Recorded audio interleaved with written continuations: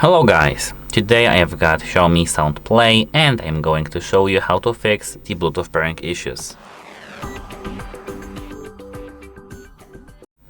The first thing that you need to check is that if your speaker is charged.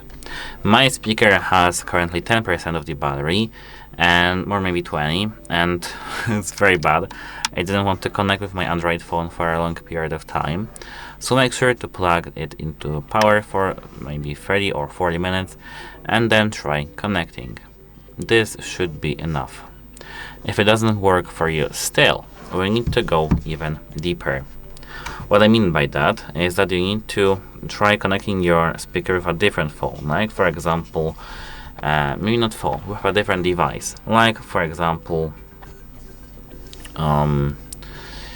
laptop or TV or any other device. Just a laptop or a TV, check if you can connect. If you still can't connect, the issue is placed in your speaker. So what you need to do now is that you need to perform a factory reset.